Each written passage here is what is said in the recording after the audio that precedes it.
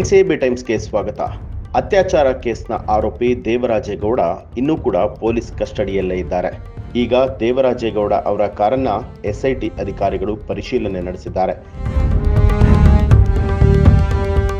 ಯಾಕಂದ್ರೆ ಕಾರಿನಲ್ಲೂ ಕೂಡ ಲೈಂಗಿಕ ಕಿರುಕುಳವನ್ನ ಕೊಟ್ಟಿದ್ದಾರೆ ಅಂತ ಹೇಳಿ ದೂರು ನೀಡಿದ್ದಂತಹ ಸಂತ್ರಸ್ತೆ ಇನ್ನು ದೇವರಾಜೇಗೌಡರ ಕಾರನ್ನ ಪೊಲೀಸರು ತಪಾಸಣೆಗೆ ಒಳಪಡಿಸಿದ್ದಾರೆ.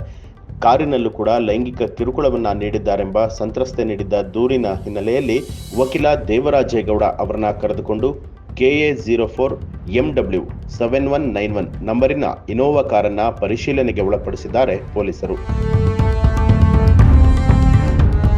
ನಂತರ ಮುಂದಿನ ತನಿಖೆಗಾಗಿ ತಮ್ಮ ವಶದಲ್ಲಿರುವಂತಹ ಇನೋವಾ ಕಾರನ್ನ ಸೀಸ್ ಮಾಡಿದ್ದಾರೆ ಹೊಳೆನರಸೀಪುರ ಪೊಲೀಸರು.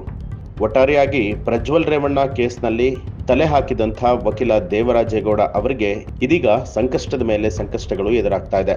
ಮುಂದೆ ಈ ಪ್ರಕರಣ ಎಲ್ಲಿಗೆ ಹೋಗಿ ತಲುಪುತ್ತೆ ಅನ್ನೋದನ್ನ ಕಾದ್ ನೋಡಬೇಕು.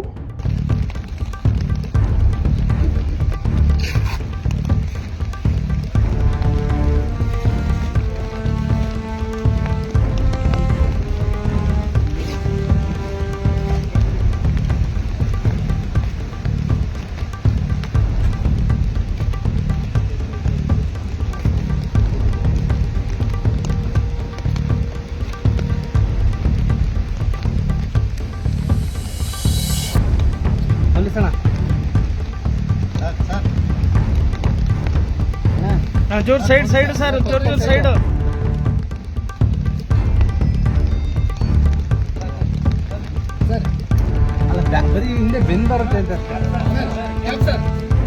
सर पोलिस कैप हाकिद्रल्ल सैड चूर सैड करेण ಅವ್ರನ್ನ